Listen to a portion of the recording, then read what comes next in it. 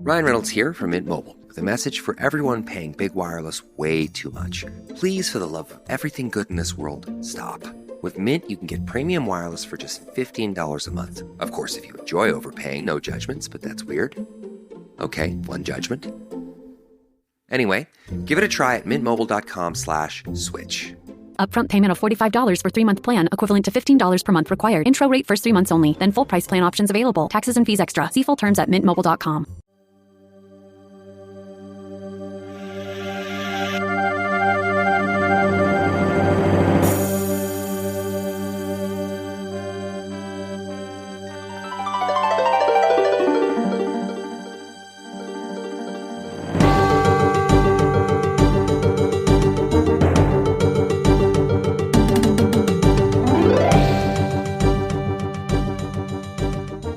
Welcome to episode 52 of the Wilderness Podcast. I am your host, Dilz, and with me as always is my co-host, Deagin.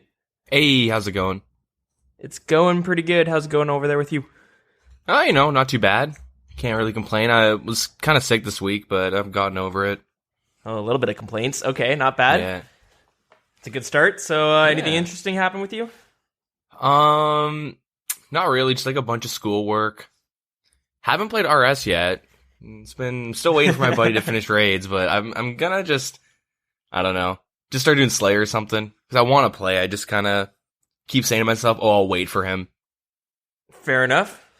And then I started playing Divinity Original Sin 2. Okay, one of these I've never fucking heard So of. it's an early access survival. I'm going to keep making this joke. I'm always going to make this joke. Don't set me up for this. I'm always going to make the joke. Okay. So I honestly think you and your girlfriend would love this game. Seriously recommend it. I'm we pretty don't like sure anything. I don't know why you say this, but okay. Okay, yeah, that's true. But usually, I think it's a couch co-op. I'm pretty sure the first one was. So you can play, on your PS4 with your girlfriend if you want, I think. If not, she'd probably just enjoy watching it. But it's an RPG, and people compare it to like D&D. So pretty diverse dialogue. There's a lot of open quests and stuff, like little side quests that actually affect the game and the way you interact with certain people. And there's the whole, you kind of build your character similar to D&D. It's not the exact same, but it's pretty similar in terms of, stat attributes. They have, perks, I guess. They have, so it's, the same type of thing, right? You can create your character, and they also have, special characters. So there's, the Red Prince. So he's, a lizard, but he's, he's the prince of the lizards, I guess. And, from what I remember of, this Red Prince guy, it would be, he, he was supposed to be the king eventually, and then some shit happened, and now he's kind of on the run. All right. It's similar to Game of Thrones, I guess. I'm not super caught up in Game of Thrones, but in terms of the Targaryens on how the prince/princess, on the run from. Anyway, it doesn't matter. Whoa! Spoilers! Yeah, spoilers from the first 5 minutes of the show. My bad, but I don't know. It's really cool. You can create your own custom character that doesn't have any super lore based background, and I don't know. It's super fun. Me and my buddy bought it 2 weeks ago, and we're all right, we're gonna set 5-6 hours this weekend, and we both of us hadn't played it, the second one, and we haven't looked into it, so we kind of go in blind, and so we just kind of made some characters we thought were cool, and now we're going through it slowly, but we're both pretty busy with school and shit, so. Yeah. But it's so much fun. Cause if you can get into you don't have to role play and shit. You don't have to. You can just go Skyrim mode and just pickpocket people and, do stealthy if you want. But, it's really open and diverse, and it's turn-based combat. I really should mention that. But it's good. I don't know. It's so much fun. I really want to keep playing it, but I don't want to continue without them. It's a sweet game. You should honestly look it up. I think everyone should kind of check it out. It's really cool. It's it's a good game. Other than that, Dota, and that's enough about me. What about you? Me, we'll skip over the real life stuff because that shit's boring, man. Mm-hmm. It fails into comparison into the RuneScape life. Yep, that's why we play it. Escape real life. Hell yeah.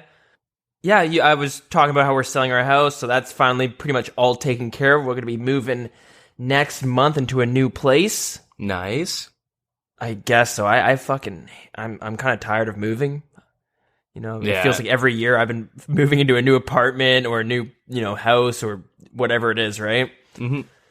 But hey, what can you do? That's life. So that's happening. Hopefully get settled in. Who knows? Maybe the house will work out where I can get my own little podcast studio. Oh man. Yeah. Could you imagine? Be pretty dope. The quality would just go through the roof. Oh man. Gotta have like one of those Maybe. mixer studio-esque looking things with the soundproof glass. You know what I mean? How much money is that going to cost? I don't know, but you place it like right in the kitchen. Whatever, like most inconveniences everyone else. In the bathroom? Yeah. It's not too bad. But let's see. As far as RuneScape goes, I feel like I've been playing quite a bit. Although that consists of a lot of Slayer, a lot of just grinding that out. I'm getting close to 89 Slayer. Nice. Getting close to 91 attack. I should have had it today, but I got caught up doing some other things in RuneScape. Such as? I got the Abbey Demons as a Slayer task, and I've been getting that quite a bit recently. And for some reason, I kind of thought that, correct me if I'm wrong, but with Cerberus, you need a certain Slayer level to kill that, right? Yep. Do you know what level it is? 92 or 93. Okay, so I thought the Abyssal Sire was kind of similar to the Cerberus, because if I'm not mistaken, if I'm remembering correctly, they were both released around the same time, if not at the same time. I'm pretty sure it was at the same time. Yeah, pretty much. I remember think so. A couple years ago, Jagex was talking about releasing some Slayer bosses, and people got all hyped up for that. Yeah, sorry, Cerberus is 91 Slayer. 91 Slayer. Okay, so I thought maybe the Abyssal Sire was something similar, but I decided to check, and it's not. It's kind of just 85 with your Abbey Demons. So I was like, hey, shit, I should try to do this. And I went there and killed a bit of them. Well, I should say at first it was mostly attempts, because That's the process, learning a new boss. Usually what you go through. basically, and I mentioned before how I kind of had fun going into the Dagginoff Kings, not completely blind, but maybe I read up a little equipment guide and a few things to look out for, but I didn't really watch a guide on how the fight works, and then I jumped in, I ended up dying like 3 times in a row, which was a pain in the ass, and then I kind of figured it out, and it became kind of a lot more fun. Then I also mentioned that when I got my Sears ring, I was super hyped over that, which was weird because Sears ring isn't really worth that much. Mm-hmm. But it was really satisfying to get that. So I figured I'd do the same thing with the Abyssal Sire, and fuck, when I was first starting that fight, no, have you done that fight yet? No. Okay, so I'm not gonna, well, I'll just explain my initial opinion of it, but it felt like every time I fought the boss, it was a different fight, because he has a few spells that it almost seems like you're really hoping RNGesus is on your side on whether or not he's going to cast it on you. All right? Mm-hmm. So there's a bunch of times where I'd get in there and I would like die the first time, and then I'd go back and then I would basically plow through him and almost kill him, and then maybe I die because there's some hidden mechanic I wasn't aware of, and then going for a third time and then die off the bat again, going for a fourth time, and then I'd be able to kill him without using that much food. I was kind of confused on what the hell was going on, but so I decided to actually look up what the fuck the mechanics are. Yeah. Yeah, I'll quickly go through it. It was actually kind of a fun boss. It's a solo boss. You're not meant to go in there with the party. It's connected off the Abyssal Rift. What's the rune crafting at Abyssal rune crafting place called? Do you know? The Abyss. Just the Abyss? Yeah. Okay, nice. So you go in there and there's like a little shortcut or a little hole in the wall you can jump through. And you kind of in this area that has these 4 different hallways spreading at one going northeast, northwest, southwest, southeast kind of deal. And it just turns out that each one leads to its own Abyssal Sire, just so that like, I guess when the boss first came out, obviously when a boss first comes out, there's going to be a shit ton of people doing it. And to prevent people getting crashed all the time, or from like maybe one person just being able to farm the boss on each world, which kind of happens with other bosses anyways, but they added 4 of the bosses, 4 different rooms, so that multiple people could do it at once. Now, when I was doing it, I never had the problem of ever really seeing anyone else doing it, because there's an area you can peek to see if there's anyone fighting it, and I didn't see anyone else doing it. So I don't know if the boss is kind of not dead content, but like if not many people are doing it.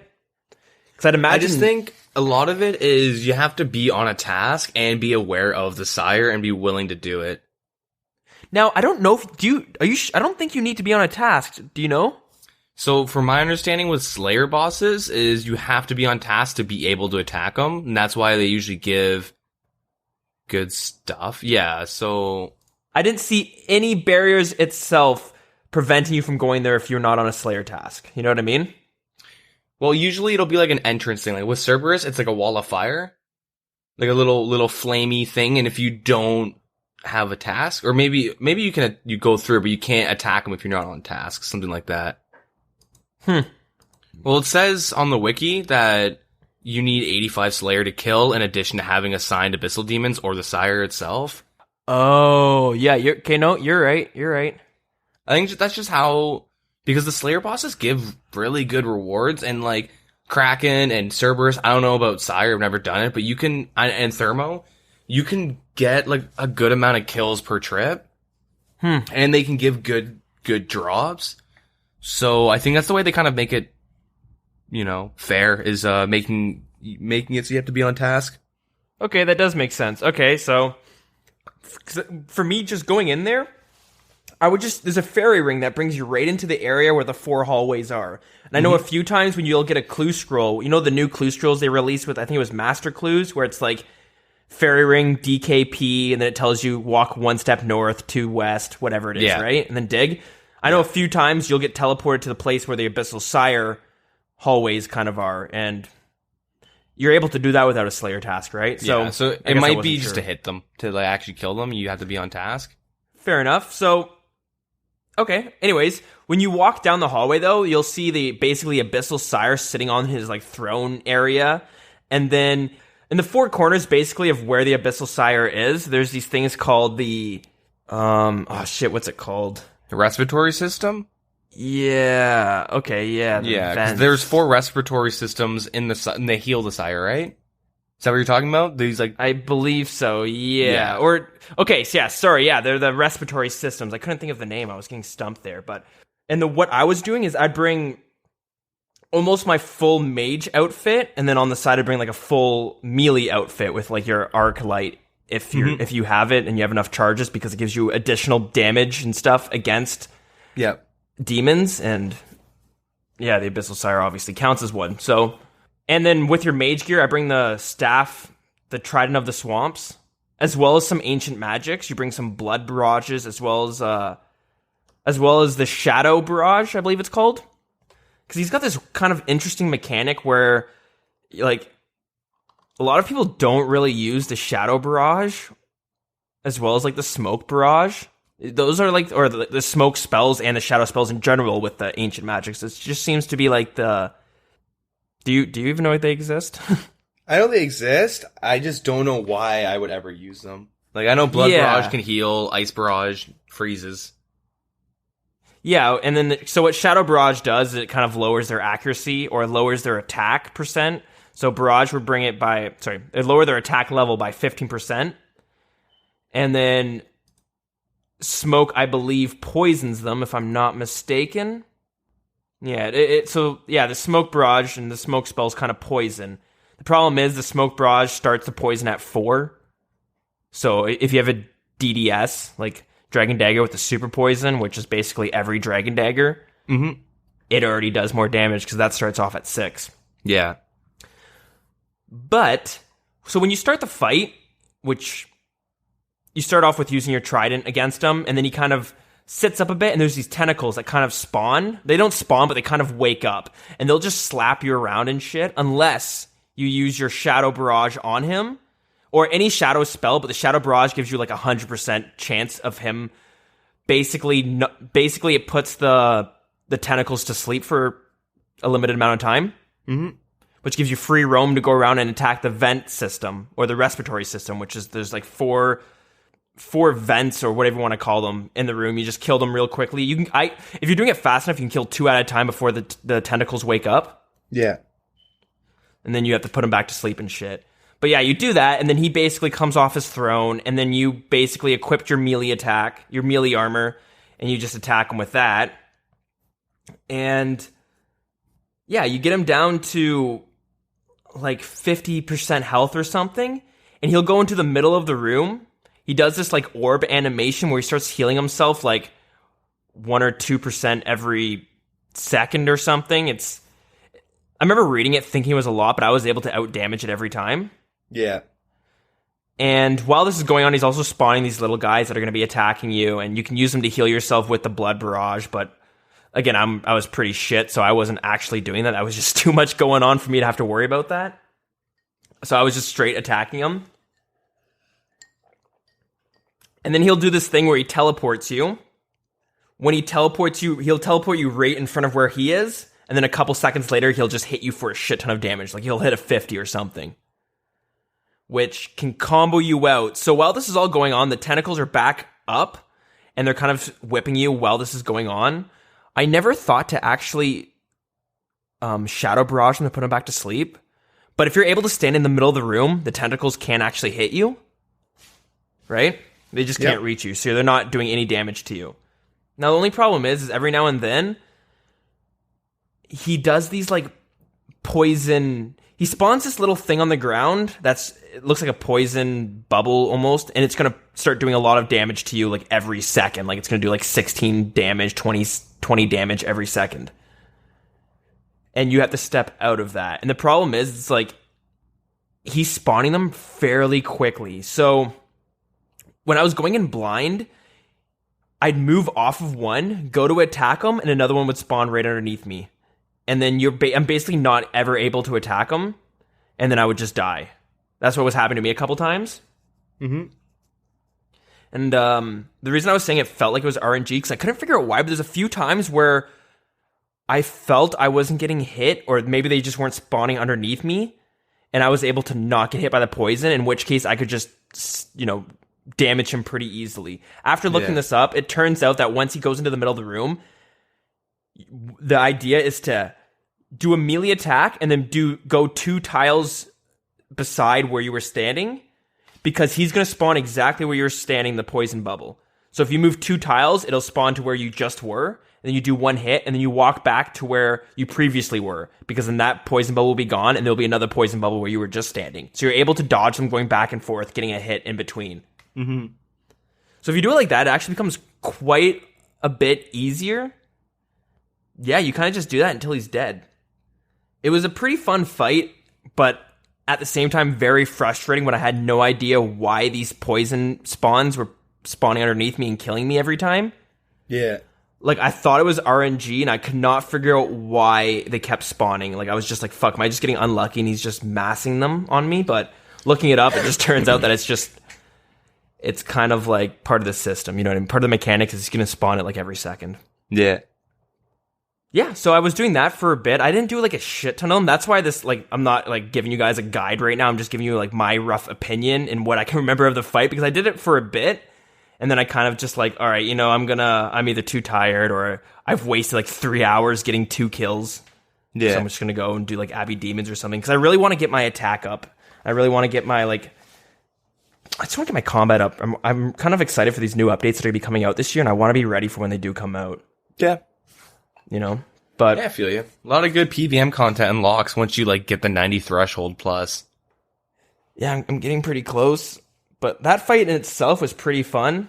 It's just I just need to get better at it. You know what I mean? There's a bunch of things you can do different that could help you. Like when you're getting damaged, there's things you can walk underneath the sire, use blood barrage and heal off the little minions he's spawning, and then you can heal yourself off them. My problem is every time I try to do that, I would get overwhelmed and then I would just die from the little guys because Yeah, a lot of it is just, there's a lot of growing pains when you learn a new boss. It took me 100 kills maybe of Cerberus to be all right, I'm pretty confident if I don't lag out, I won't die. Yeah. And I used to do things if he did his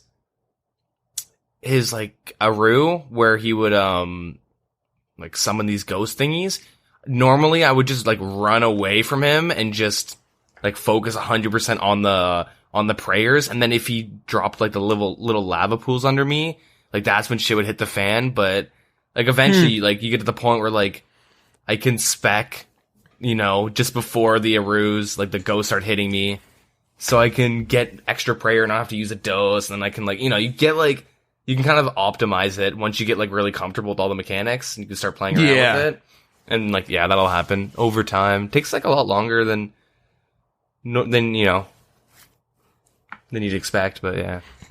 Yeah, and I should have mentioned this before. Man, I'm horrible at explaining, like, my memories of the boss fight and trying to give, like, a rough guide of it. But when he would teleport you, if you just ran south a little bit or ran away from where he teleported you, you're not going to get hit from damage. My problem was the first few times I'm just trying to tank the 50 hit, the damage he was going to hit me with. Yeah. So as soon as he would teleport me, I'd, like, Shark, Carabrom, and then Brew as fast as I could to try to, like, you know, stack as much health as possible, which just barely helped sometimes. But yeah, it's like you're saying, yeah, you learn these little tricks.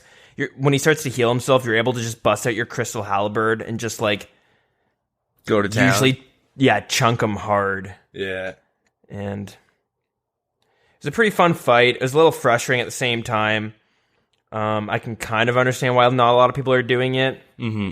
At least that's what it looked like. I was never running into anyone else or any of that issue. But well, I feel like the Slayer bosses, except for actually, I don't really know about Sire. You can get some good money from him. But yeah, that's the thing. That's what kind of drew me to it. He has a chance of dropping this thing called an Unsired, so it's a 1 out of 100 drop. Which for a boss, that's a pretty. Yeah, it's a good drop chance. Yeah, it's a good drop chance for a boss. Anyways, but with that Unsired, you would turn that into when you first pop into that area where the 4 hallways are that I mentioned. There's this thing that you can kind of exchange it, like you give it to the person, and then you have a random chance of getting another item.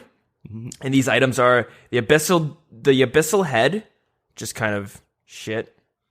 Yeah, it makes your Slayer helmet like black and red.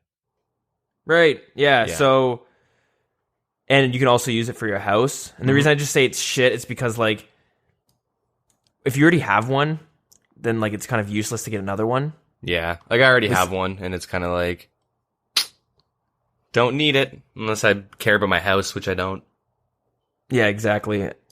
There's that. Then there's also a chance of getting the Abyssal Orphan, which is the pet, which that's always nice, unless you already have it. Then you can get the Abyssal Dagger, which is worth... Sorry, just looking at... Which is worth about 6 mil right now. That's what I'm reading on the wiki. It's worth about 6 mil, so that's pretty nice. You have a chance of getting the Whip, which is, 1.8 mil or something like that. And then you have a chance of getting one of the 3 Bludgeon pieces. So Bludgeon is when this boss was released, it came out with the new Best Crush weapon. And, the Bludgeon's worth, 30 mil? Yeah, I'm not too sure. Every time I look at the Abyssal weapon prices, they always seem to be, a lot lower than I remember them. Yeah, well, so the wiki's saying about 30.8 mil, so rounding up, 31 mil. So that's nice. Bad. You can get a piece from that. And then you can also get the Jar of Miasma, which is the jar you can use for your house to give you the, the pet, or the boss thingy, yeah, right? The boss-looking glass enclosure. Yeah, for your house, and that's worth about 150k, so that's kind of Yeah. Not very good either, but the general loot table is pretty nice though. Like compared to like Sire, it seems like every kill you're kind of guaranteed some money. Like if you're not messing up and you're doing a good amount, like a average or a normal amount of kills per trip. I don't even know how many kills per trip you would do. I was doing 1. If I was lucky, 1.5 sometimes. But if you're doing all the mechanics, fine, right? Like when I first started doing Serve, I would get 1 or 2, and now I can get 7 easy, 7, 8 easy. Yeah, okay. If I get good food and potion drops, I can most I did was 15 or 16.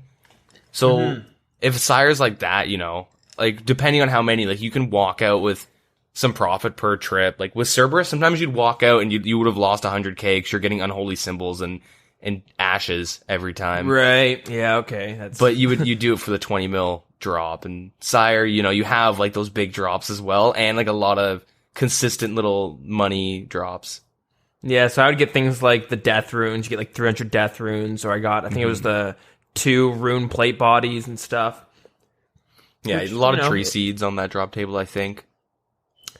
Yeah, a bunch of random things like that. But yeah, you can make some fair money off it. It was an interesting fight, but I got kind of frustrated, and I just feel like with some of my gear, and I'm starting to really feel like I need to get my defense up. Like my defense, I've been holding it off, and it's at 71 right now just because of Guthins and the Crystal Halberd. But yeah, it's at 71, and I wanted to keep it low so I could be decent at PKing, have a decent PKing account, and I got 99 strength, and I'm working on attack right now, and it's almost 91. But I have a feeling like I told myself originally once I get 99 attack, I'm going to move on to getting 99 range because I'm at like 87 or something right now. But I have a feeling as soon as I'm done attack, I'm just going to start leveling up my defense and say, fuck it. Yeah. I mean, I would suggest just getting 90 defense right now. 90 attack and 90 defense? Yeah, like I did base 90s. I got 90 attack, strength, and defense and range. And not in that order, but and then I started focusing on hitting 99, so then I did strength and attack, and I'm pretty close. I have like maybe a mil, maybe less to 99 defense. But once you hit 90 once you hit the 90 threshold, like you can do like any boss pretty comfortably. I mean, with 70 defense, you can still do the bosses, but you kind of need someone to tank for you. Yeah, that's what I've been noticing. Like, I've seen Zerkers killing bandos, but they're also doing trios, you know what I mean? Like, they have two other people, and they have a designated tank who's got, like, a bulwark or DFS or something, right? Mm-hmm. But the thing is, like, I have a lot of fun in the wilderness, but the only problem is like, I really want to build up my bank a lot. Like, there's a lot of items and gear that I need to buy still that I have just been holding off because, like, I'll get, like, 15 or 20 mil, and I'm like, I'm going to buy, like, 4 whips, and I'm going to go into the wilderness because I'm probably going to lose half of them. Mm-hmm. And, that's just happened 3 or 4 times now with my tentacle whip, stuff like that. Yeah, well, I mean, the best thing you can do is max your count and then just kill noobs deep wilderness. Or yeah, I know. It's just the dream. 10 years ago when I was playing, you wanted that account that was like level 110, but you were taking on 126s at the mage bank. I'm still kind of holding on to those days, you know what I mean? Yeah. It's like, those people who were like a quarterback in high school and they were like the star player on their football team, and then it was all downhill after that. Now they're like 50-year-old used car salesmen mentioning like, oh, yeah, I could have been something. It wasn't for my bad knee. Yeah, I went through the same thing when I first started playing RS. I was like, I'm gonna be a 1 defense pure, and then I accidentally got 2. I'm like, that's fine. I'll be an initiate pure. So I went and like quested up to an initiate pure, and then I was like, oh, initiate pures suck. I'm gonna go Zerker. And then I ended up going Void, and then I went Zerker. And I just slowly kept getting more and more defense, and I went PKing, and it just wasn't fun. I'm like, okay, I'll become a Piety Pure. I'll get like 75 attack, 70 defense, 70 prayer, and then I'll get like strength, and range 99 with like 90 for mage. And then I like I was like, I don't know, I had like 90 strength, I think, was 70 attack and 70 defense, and I went PKing, and then I just like fought an AGS pure who just fucking like 2-shotted me, and I just like, alright, PKing sucks, I want to make a pure now. So then I just turned my account into like a main. I stopped fibbing to myself, and that's where I'm kind of edging towards, because like, I can't afford an AGS, especially to bring it to the wilderness. Man, could you imagine if I fucking lost an AGS? Get some amount of times I've lost a whip. Yeah. I mean, so I'm still stuck with the DDS, and like, yeah, I'm getting KO'd by the guys with the AGSs a lot. Yeah. I mean, I've never regretted turning my main account into my actual main. And like, there's never been once like, oh, I wish I was still a pure. Like, that's never come across my mind. Usually when I see people like complaining that their main account's a pure, it's like, dude, just turn your account to a main. You can do way more fun shit. And most of these people don't even PK that much. Mm-hmm. And then it's like, ideally you could be grinding bosses or whatever and making a lot of money, or just PKing noobs in the wilderness, but you make a bunch of money, and then you make like an optimal pure. Like, you make an optimal Zerker with like quested, perfectly, keep it low health and cannon to like 90 plus range, and then you start building all the melee. Like, you can do like a lot. You can make a way better pure if you have like, 100 mil to spare. Yeah. As opposed to just having your main that's kind of gimped the whole time. That's my opinion, though. No, it's I'm starting to come to that realization too, as I'm like starting to do these bosses and shit. I'm like, fuck, I haven't really gone PKing and like legitimately PKing. Like, I'm not talking about PKing rune crafters and stuff. I know I'm a scum, but like Edgeville, a deep PKing, like it's been a while since I've done that. So I'm starting to be like, shit, these bosses are kicking my asses and I need to like, I don't know, I need to do something. So yeah, I'm starting to feel that way a little bit. Yeah. But yeah, there's a few things I want to mention about my week before we move on, though.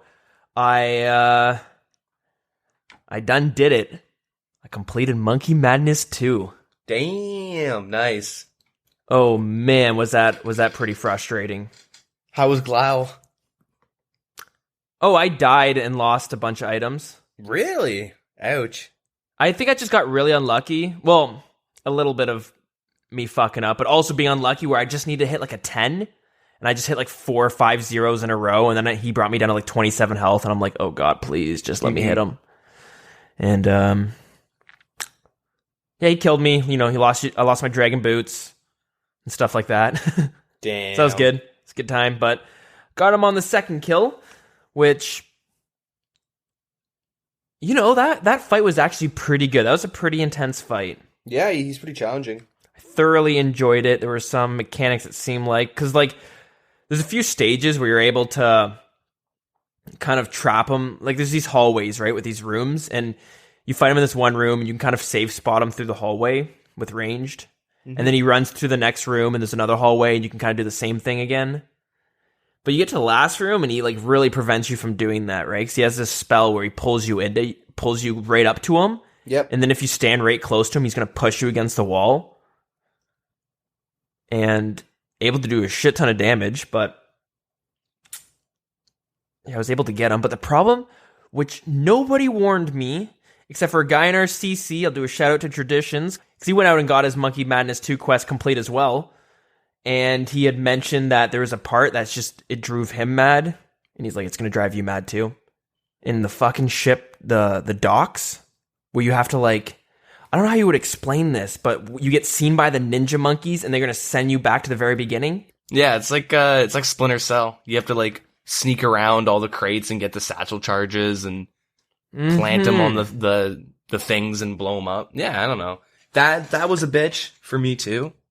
Oh god, was that frustrating. Yeah, eventually I ran out of stam potions, so I had to stop and let my energy regenerate. Oh, no way. And some dude, because I probably took like an hour to do that part. Just because I get so impatient, and thankfully some dude ended up like coming across me, I came across some dude, and he was like, "Oh yeah, here, take a couple of mine," and he just gave me some and finished it while I sat there for another 30 minutes, like struggling. Yeah, it's kind of a bitch.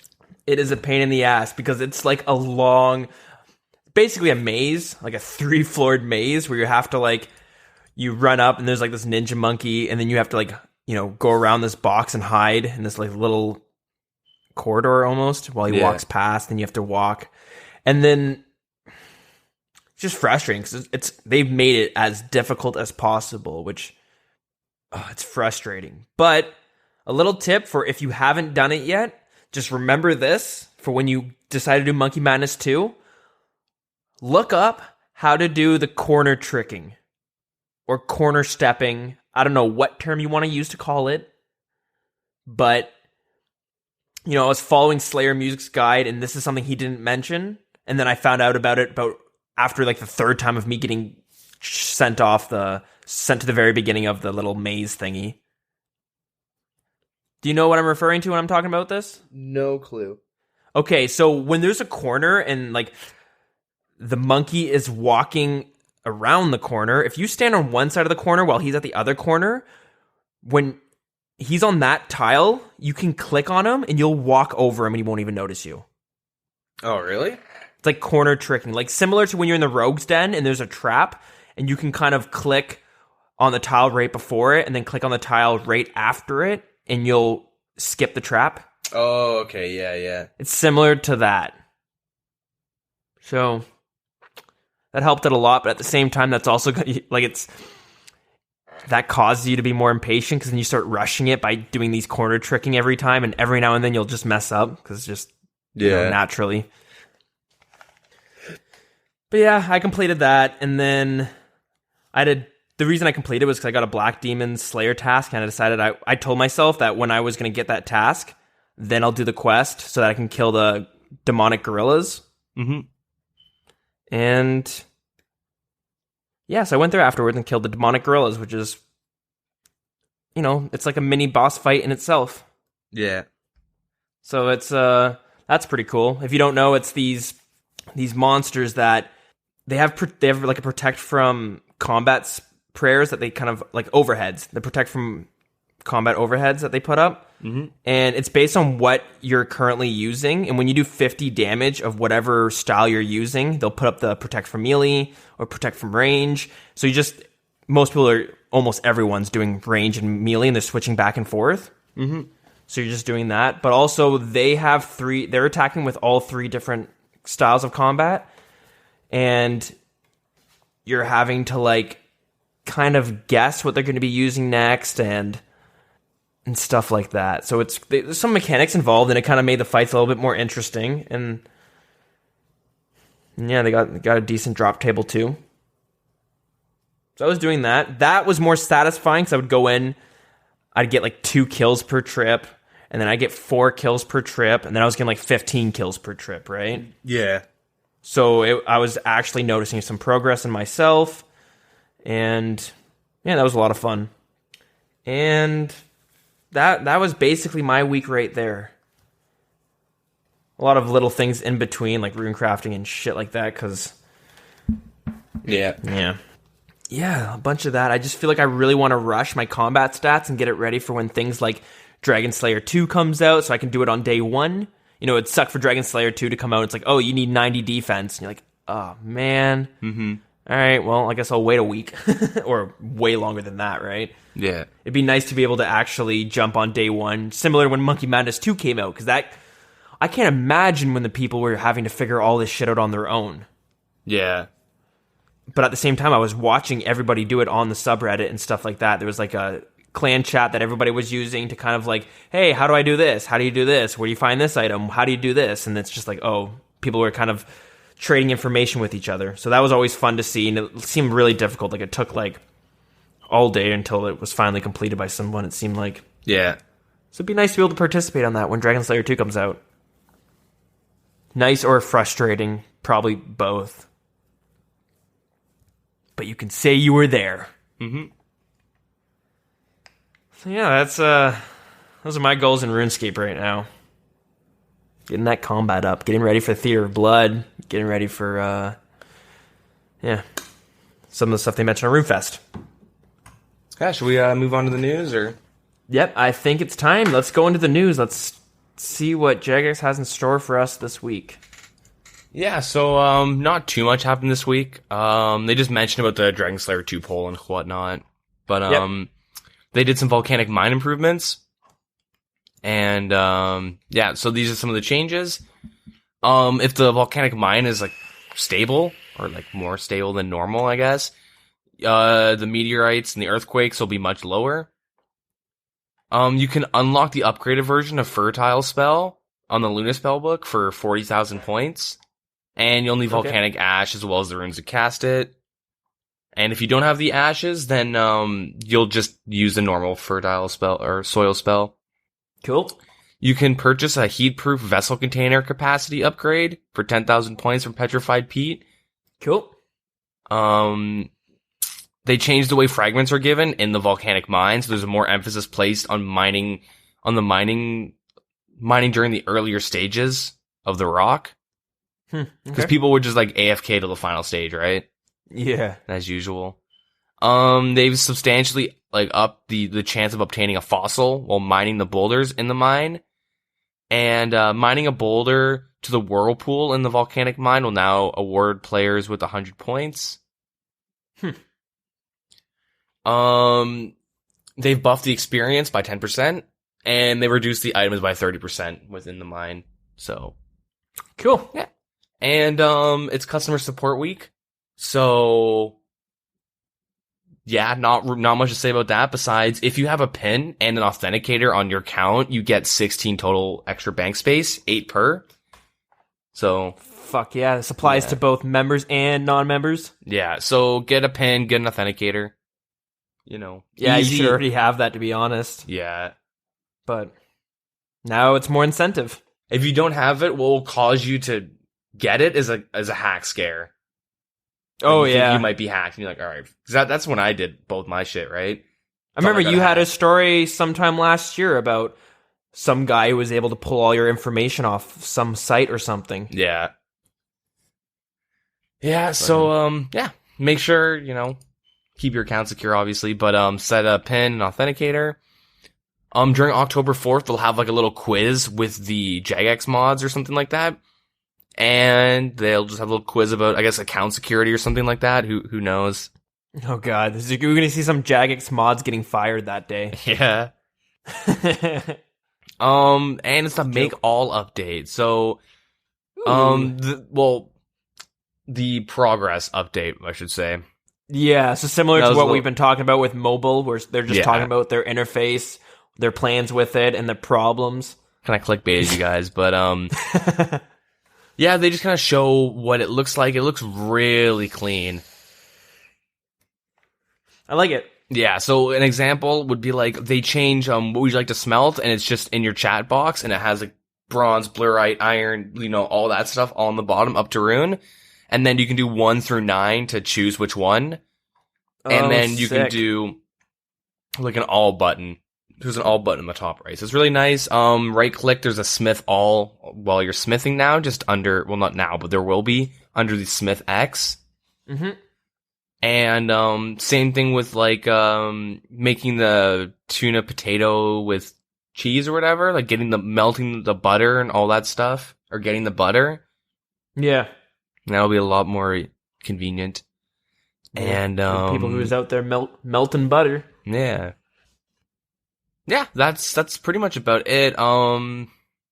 Yeah. They changed the way the points for unlocking the barrier in the tightrope room for Chamber of Zarek, but they don't really specify. Okay. And yeah, they kind of cleaned up the cave network within Monkey Madness 2, so good timing, right? Just as you finish it. They they take out some unnecessary push tiles just to kind of make it more convenient when you're in there. Oh, nice. That's nice of them. Yeah, and you can roll hoop snakes outside of Fossil Island, so Which is one of the biggest updates that we're seeing. yeah, huge. So you can go and mess around with that shit. Yeah. But that's it for the updates. Yeah, that's pretty cool. I like the make all, and you can tell that that's an issue that they probably had when they were making mobile. They're just like, it's going to be too hard to click on the text. Mm-hmm. So we need to have these buttons making it just look a lot nicer. And it just looks more legit, right? Yep. Dude, I still remember when they created the cooking interface. I remember logging in on RuneScape like, Holy what? shit. You just blew my fucking mind. I forgot that it wasn't a thing at one point. Yeah, I remember being a free-to-play noob. I remember being at Barbarian Village, and what my epic training method is I'd go to people like fly fishing and say, can I have some food? And they'd give me some raw food, and I would go and cook it, and I would do that until I have a full inventory of food. And then I would go all the way down, kill like 2 hill giants, run out of food, go back up and do that. And then eventually I started fishing my own food for the experience, and I spent a lot of time like the nostalgia's manually kicking cooking. in. How did it work? Was it like you had to click it like one at a time? From what I remember, it was like click, click, click, click. Like it was, Similar to stringing bowstring yeah, on your bow, on some Yeah. bows. yeah. Like back in the day when you were stringing, you would bring one thing down, right? And you would click back and forth really quickly. Yeah. Oh, yeah. It'd be like fletching darts. That's how Yeah, you used to yeah, make bows. Yeah. They've changed Shit. a lot, and it's gonna be like a year from now. Holy shit! Remember when there's no make all option on like smithing, anything smithing related? Because I hate having to like right click X and then I just slap the shit out of my like numbers. I just like palm my keyboard and hit enter. Yeah. It's really annoying. I do hilarious. that over and over. Wow. That's, you just made me remember when I used to be in Karamja. I don't know if I was a members or a non-members. I was probably a non-member, but I would fish lobsters on the deck, get a full load of lobsters, cook it, go kill some lesser demons, Yep. run I out did of that inventory, go I'd back. kill like Oh, one, man. be out of food and almost dead. And Yeah. I'd spend like the rest of the night cooking and healing myself up. Hoping that a river troll wasn't going to spawn and kill you. Yeah. Oh, fuck, Man. I lost my lobster pot. Man, that shit was the worst. Oh, wow, what a blast from the past. Man, this game has come far. Oh, yeah. It was only it seems like a year ago when you couldn't play full screen with RuneScape. That was the one thing, like, I remember being like, oh shit, you can resize RuneScape now. My one buddy played for a while and didn't even know that was a thing. And he was just like, dude, I didn't know you could do that. And it's like, what? And there's a tons of people who don't do that because they like the old school small screen, which I personally can't really understand. I'm stuck playing on a full screen. Mm-hmm. I could never imagine going back. Wow. Interesting. Mm-hmm. Now, before we move on to talk about kind of the Dead Man mode from last week, they kind of covered it in the Q&A. Mm-hmm. They also talked a little bit about the Theater of Blood, which... Gonna be dope. Yeah, delved more into the rooms. I don't want to say rooms plural, but they were talking about the key room, and they kind of explained a bit more what it's going to be like. Mm-hmm. And it sounds pretty interesting. So we talked about it before where there's going to be a key that you're going to need to bring somewhere, but you're going to have to choose somebody to carry it. It's going to be two-handed, and you're going to have to walk with it. Yeah. You can't run, but also at the same time, from what it sounds like, it's going to drain your energy while you're walking. And then when you're at 0 energy, you're going to drop the key, or you're going to have to give the key to someone else because maybe you can't move anymore. Okay. So you'll have to pass it along. And while this is happening, it seems like you're going to have to walk through areas where, like, you'll be getting attacked by people on the sides. And it's going to be like a tanking section. That's pretty sweet. Or maybe there's going to be mobs attacking the guy with the key. Like, the key is going to aggro them all. And your teammates are going to have to protect you somehow. Yeah. Holy shit. So, what are your thoughts on that? Like, that's all I remember them talking about with it. They didn't dive too much into any other rooms or anything like that. They just kind of gave a little bit more detail because people were asking about it. What do you think? Sounds pretty cool? I think that is super awesome. I like Chamber of Zarek, I've complained about a lot, and it sounds like with this new raid that they're kind of thinking of doing, it's kind of like what I want to hear. Like with the whole key thing, like the whole those little mechanics of forced teamwork and stuff. It's like, I don't know, I'm pretty excited. I think it's sweet. I'm really excited to find out more about it and when they start releasing more info. Yeah, I'm pretty excited for this. Now, since you mentioned Chambers of Zarek, I remember when they were first talking about it, I had some ideas that were completely different from what was actually released. Mm-hmm. And I was thinking about it. Some of the ideas of what I thought was going to come out with it, I'm kind of hoping does come out in maybe Raids 3. Yeah, I'm thinking fucking years in the future here. But I remember they were talking about a skilling section and stuff like that, or skilling being part of the raid itself. I was expecting there were going to be parts where a boss was going to spawn and there was going to have trees pop up that were going to maybe heal the boss, and you're going to have dedicated woodcutters. I mean, or dedicated miners that are going to have to take out the trees. Yeah, with the Mutadial room, the boss, you do have to cut a meat tree and shit, but I know exactly what you mean, because I remember us talking about oh, it'd be cool if some boss would petrify someone and everyone has to mine them out, bust out their pickaxes. We talked about that stuff for a while, or you could have somebody who had lower combat stats, but they had 99 mining and 99 woodcutting. Yeah. You're like, hey man, your specific job is to woodcut when the fucking healing trees pop up, or woodcut when the damage over time rocks pop up that are going to burn us. Mm-hmm. That's your job, is to prevent us from taking. I don't know. Yeah, I know what you mean though. At the same time, I'm really excited for this because this sounds really cool. I'm only going off the one room they actually mentioned, but I'm pretty excited for this. It looks like it's going to be pretty good. Yeah, I just wanted to mention that. I thought it was pretty cool. I thought you guys might be interested as well. And that being said, shall we talk about the Dead Man Moan controversy? Yeah, I think it's time. Let's get into it. So, yeah, they talked a bit about it on the Q&A. Mm-hmm. And we mentioned it on our last podcast, all the allegations and stuff like that. And they even discussed targeted DDoSing, okay, whatever.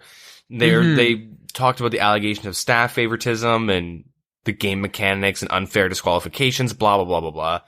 And so what they're doing right now is they're still making a decision. From my understanding, they haven't come forth with exactly what's going on, 100% what's going on with the prize money, but the whole like team made a decision that the last survivor is disqualified. They just didn't like him. Yeah, he was, he's kind of a bitch. No, but Imagine. he there's a lot of evidence and they've investigated him, blah blah blah blah.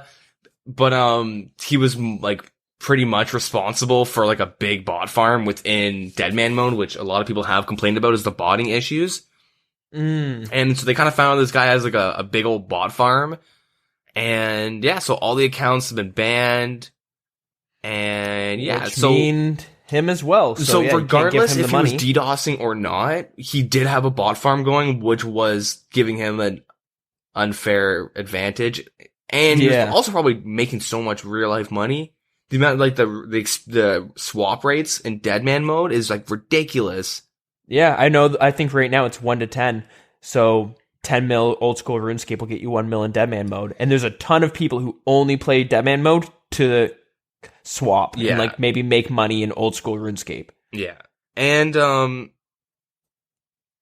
think of like last day of the finals, right? Brews go for like over 100K sometimes. True. Like you're gonna be spending old school to like, fuck, I need brews for this final. I have none. But yeah, anyways. So they banned him and all of his accounts and they don't know what to do with the prize pool. So they're gonna be giving it to us. No, they're gonna they're discussing on like giving it to charity, adding it to the next Deadman mode, or dispersing it among the other finalists. Yeah, the other three. Yeah, so or just maybe a little combination of all of them. They're not too sure. They'll probably, I would not be surprised if they just carried it over to the next one. But yeah, that's a hard one, you know? Yeah. Cause I would love to hear about how the other three players are feeling about this. Yeah, cause I feel if they cop out and kind of donate it to a charity, then a lot of people will be like, oh, what happens if, I don't want to just give away my prize money. Cause like those two people, they all probably feel a little entitled to the money. Yeah. Some more than others. And, I mean, you could split it up 3 ways and, or maybe even just giving them 1,000 each. I'm sure they'd be more than happy with that and then donate the rest. I don't know. Yeah. What exactly, do you do? Right? Yeah. So they're not too sure. There's a lot of options. So they're kind of figuring it out. And, let's be real. They're not going to say anything about this for the next couple months until everyone forgets. Yeah. Until we get the daily reminder, Jagex didn't do anything with the prize pool. Yeah. That post. No, but they'll come up with something soon, especially before the next invitational, because that, people still say Wooks won. You know what I mean? Like, people don't really forget in this community. So. Never forget. So yeah, that's the thing. And you don't want to go into the next Deadman mode being like, fucking Jagex scammed everyone. Yeah. But no, I'm sure they're going to figure something out. It seems like they genuinely care about, you know what I mean? Like the integrity of it all. And when they mention about, the game mechanics, like game breaking mechanics or broken game mechanics, I think one of the streamers had this issue, but a lot of people have this issue, and there's a lot of people in a certain small area. Some people just can't eat. Something happens. The game just kind of takes a big old dump, and they can't eat, and then you just slowly die. And like that would easily make me toss my monitor out the window. Yeah, and you got to think too. If 2,000 people are in the tournament, that's a full capacity world. Yeah, the world can't go over that amount of players, right? And in the final hour, I mean, the numbers will definitely have dwindled quite a bit, but there's still going to be like probably 1,000 players, in a small area. And like it always happens to people, but if you watch, like, some people just like, man, that would get me so mad. Not even the fact that like, okay, I didn't get $10,000 because it's kind of a stretch to assume you'd win. But like the amount of time you put in during the season to get into the invitational, and then the amount of time you put into the invitational just to lose because the game can't handle what the game is doing right now. And so that week you can't have a job or you can't be at school. You have to like book that time off. Yeah, if you're going, I'm assuming. Yeah, if you're going for the 10,000, a lot of people do play casually and just have fun with it, and you can tell there's like level 40s walking around, and there's like level 110s. Full Addy. Yeah, but so they are going to like they're looking into engine work as always, but they're gonna try and figure out a way to get around this and make sure that doesn't happen, because obviously that's, demoralizing. And they're working with the player support team to like produce an extensive guide to protect your IP and avoid DDoSing. Yeah, and they're also looking into ways to stop botting, muling, boxing, etc. And like the one thing that honestly kills Deadman mode for me is the muling. Like, honestly, you want to explain what that is real quickly for people who might not know? Muling is having multiple accounts within Deadman mode, and the mule is like what you'd assume. You'd have all the items that you want to keep on that account, and then you have like your main account where you're PKing and doing quests. And all you do is you give him the supplies to just fight. There's food and just armor he's wearing, right? And like, honestly, every single person I've ever killed in Deadman mode, I've probably killed like 30 people. They've all been mules. Like, every single one of them has been mules. I remember keeping track of a dude fishing for like 3 hours over the course of the day, because this was like 2 years ago, or maybe a year ago, last summer, during the last summer seasonal. I wasn't working at this point. I had like 2 weeks just to like do whatever the fuck I wanted. So I just was like playing for like 18 hours a day. I did that for like 3 or 4 days, and I just got sick of it because everybody was like muling. I remember getting 5 keys and being like, wow, I made 300 GP. This guy was fishing, all day, and he had like just his lobsters on him. Obviously he's muling. And like, I hate to say it, but YouTubers mule too. Like I don't know about streamers. Like, I know like people like Bodhi are pretty honest. Yeah. He's a pretty honest player just in general, right? But like, I won't name specifics, but because I do watch certain YouTubers when they release. This is what I did this is my day one of the Deadman mode, right? I like watching that. And almost all of them, some of them try really, really hard to hide it, but like they get caught pretty easily. And even worse is when they die to someone, and then that person says, "Hey, I killed him. This is what his bank was," and there's nothing in it. But they like, most of them mule, like 99% of them mule, and it just really kills the integrity of the game, because they do monitor mule accounts, but they monitor accounts that literally just stand at a bank and just take items and do nothing. So what people do to get around it is by having a quote-unquote flipping or merching account, where they just buy and sell shit over and over and over again. Obviously, they're merching. They're trying to make money. They're not just going to be losing money on purpose. But like, they're just merching, but with all their good shit on them. And like, so people find ways to get around muling, and it does kind of ruin it. So hopefully they'll get rid of that and the botting and the boxing. But I mean, they address the issues, and they're pretty aware. So hopefully it'll just get better. Yeah, and from what we've seen every season so far, whether it's the tournament or just the season itself, they've always made big improvements, lots of tweaks to kind of make it better for just the average Joe out there who wants to play, Yeah. It's great. So, give it another couple years, and man, we'll have the game mode we're looking for. Yeah. 3-4 years from now, oh my god, Deadman mode will be sick. It'll be good. Yeah. But yeah, that's nice. It's fine and dandy. Yeah, that's about it. Is there anything else we got to talk about? I'm trying to think. I think that's it. Yeah, I guess it was a bit of a slow week because, with RuneFest, they dropped so much shit on us. Yeah. They can't really, They can't be, hitting home runs every week. Yeah, so this was a little bit of a slower week, but man, I always think it's amazing, though, how we always have something to talk about, though, just with you don't get this with any other games where every week they have all these changes and updates. I think the big thing is not many games the main developers actually play it.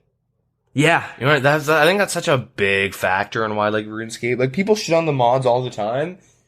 And I probably do from time to time, but in general, man, we are lucky. Look at the issues that, WoW players have, or... You think you do, but you don't. Yeah, right? Where people ask legitimate questions and they get mocked at BlizzCon. They get mocked in front of, thousands and thousands of people, where it's yeah. Shit, Jagex would never do that. That's a reference to... There was a private server for World of Warcraft that was basically vanilla WoW, so the World of Warcraft Oldschool, and it was on a private server, and people it got shut down. It had 1 million players. You were even playing it, weren't you? Yeah. yeah, so tons of people saying it was great, and I know my favorite time in World of Warcraft was personally Burning Crusade, but still, right? It's still kind of the old school era. Mm-hmm.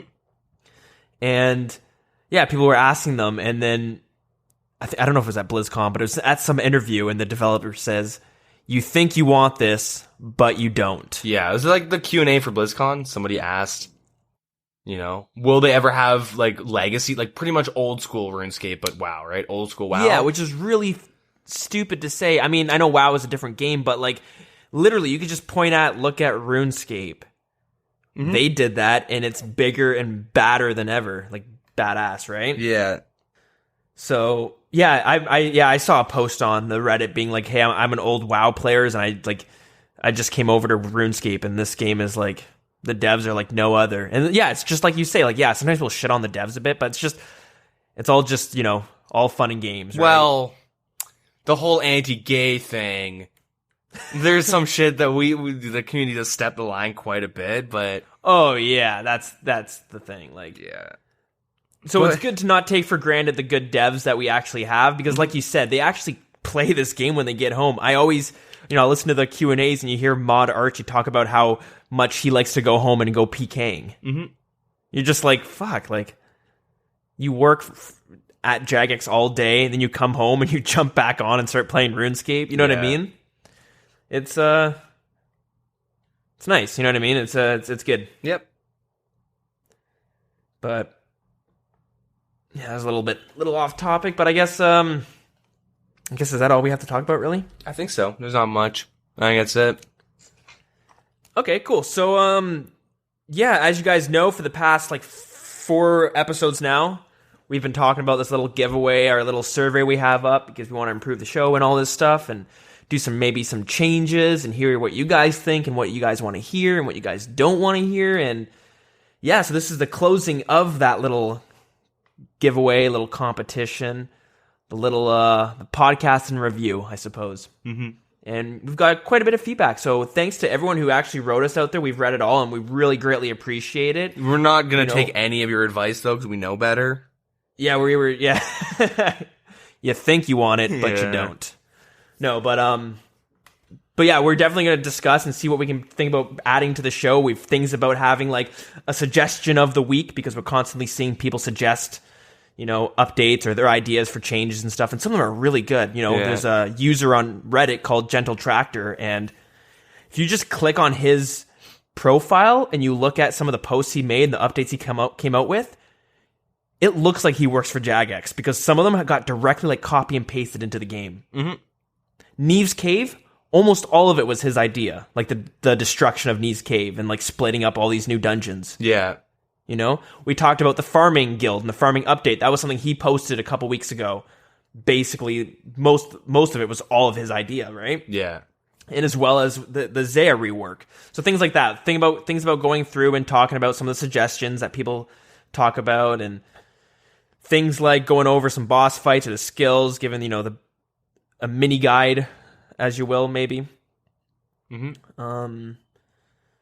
Having maybe a lore segment where we talk about maybe some of the storylines in RuneScape, because there's actually a ton, and not a lot of people know that. Yeah. Like, I remember seeing it before where, I can't remember what this post was, but somebody was talking about the timeline of RuneScape and RuneScape 3, so OSRS and RuneScape 3, and like, yeah, they have a whole timeline where RuneScape 3 is in another age where, like, they're in, like, maybe a couple hundred years ahead of us, and we're in the past. And then, like, you have armor like the Third Age, where, like, we all know Third Age armor, but you don't really know much about it. If you look it up, you'll see that it was, like, during a time where a lot of artifacts and a lot of just pieces of that age just vanished and disappeared and was destroyed and not able to be recovered. And that was, the Third Age is basically the God Wars era, where all the gods were fighting amongst each other. And the God Wars dungeon itself is like the aftermath of it. So that's like a very small little taste of what was going on back then. Mm-hmm. A lot of things like that. So that's really cool. Thinking about bringing in a lore segment, and then, what was the other one? And then even had some people mentioning, the history of some old school RuneScape stuff, or maybe not old school RuneScape, but RuneScape. You know, things like maybe going over the Falador Massacre, or going over when Slayer skill was released, because that was a huge game changer. You know, maybe talking about the very first person to ever get a 99 in the history of all of RuneScape and what that did to the game, right? Stuff like that. Kind of like, yeah, I don't know. And even we might even try to have interviews with streamers or YouTubers or other people in the community if we can. We've done one in the past with another podcaster for the podcast Ironscape, and we might continue doing stuff like that. It's a little hard and a little tough to manage sometimes, but it's something that we definitely might start introducing and stuff like that, right? Yep.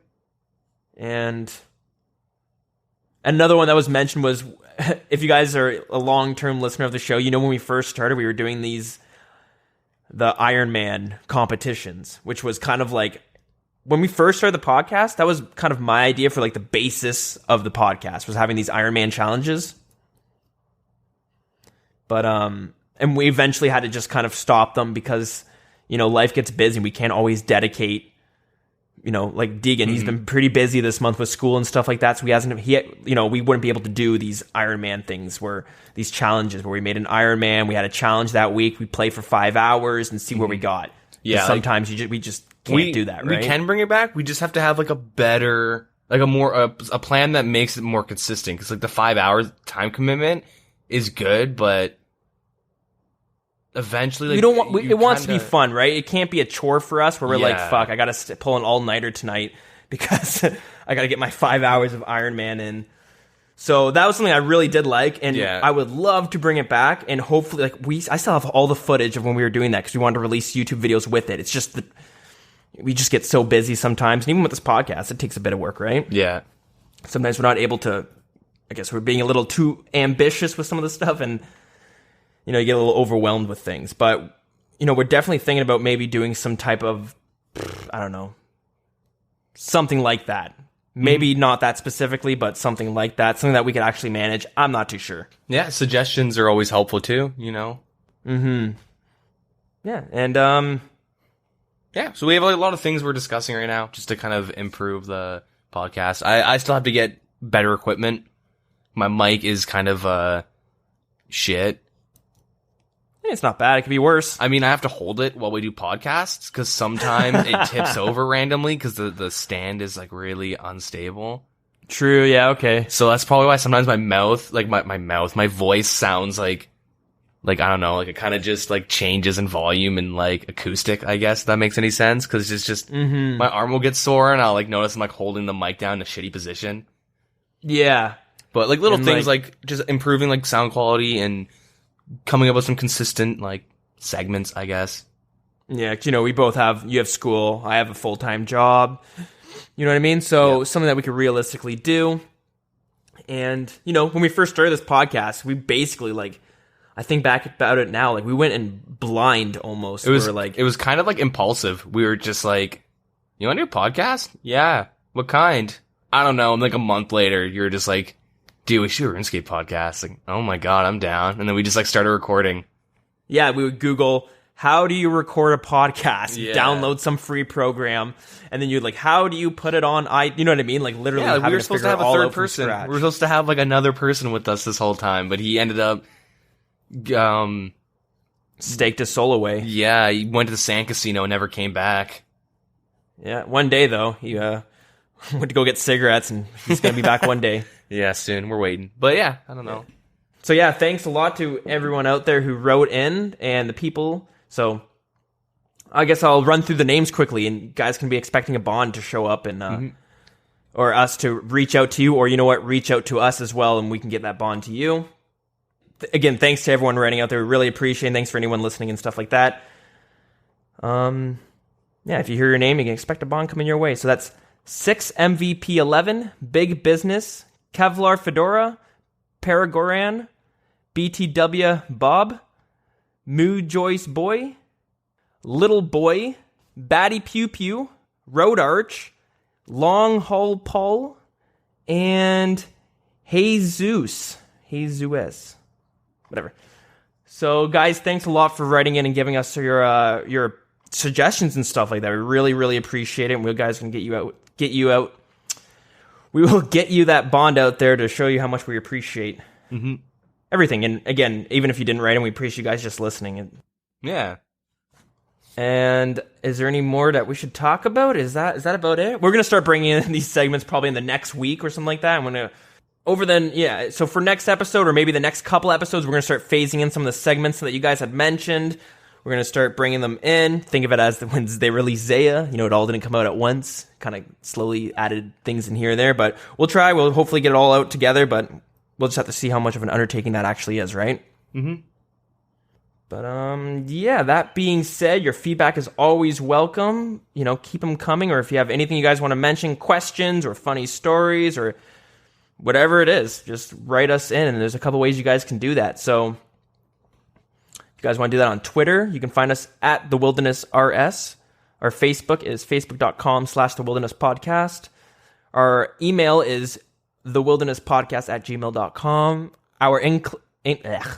Our in-game clan chat is WildCC, and we also have a Discord that, if you're interested in joining, we'll get that link out to you. Just ask us on any of the previous things we just mentioned. Oh no, we missing anything? I think that's it. Yeah. Okay. Cool. How's your week looking next week? Anything exciting going on? Anything you're looking forward to? Really busy with school, so I have to pull an all-nighter at some point, I think. Nice. As usual. It's a good time. Yeah, a lot of it's just because I can't. If I leave a lot of work to the weekend, I don't do it. Yeah. So I find I end up just like, for some reason, it'll just be like, all right, it's Thursday. I have shit due on Wednesday. I can just stay up all night tonight and get it done. I have like 2 hours of class on Friday, so I can get through that. Okay, I'm just gonna, I do weird shit like that. I probably shouldn't be pulling all these all-nighters, but. Yeah, I remember doing that a few times, and I should. When I was in college, it smelled good. Yeah, this week is gonna be pretty heavy. So a lot of school. I'm gonna try and get on RS and like actually do something instead of just like waiting for my buddies to kind of catch up. But other than that, everything's kind of open to change. Yeah, subject to change. I feel you there. Yeah, basically same story with me. I'm probably gonna be slaying away as normal. I jump on, I'm trying to figure out what the fuck do I want to do. There's some diaries I want to do and stuff like that, but I just feel super motivated just to get that combat up for some reason. Yeah, you got to keep on grinding it. Yeah, like I mentioned, I want when Theater of Blood to come up, I want to be able to pop right in the same day. Maybe we can get a group together in the clan or something, or not the clan, but some of you guys in the CC or Discord. Maybe we can go in together. Because remember, I wanted to do that with Chambers of Xeric, and I did go in, but fuck, I was not able to do anything. Yeah. I was getting like killed in the first room. So that was a fun time. Yeah. All right, shall we wrap her up? Yeah, let's wrap her up. All right, guys. Thanks a lot for listening, guys, and I don't know. I guess tune in next week for another episode. Yeah. All right. Catch you later then. Yeah, have a good one. Later, Gators.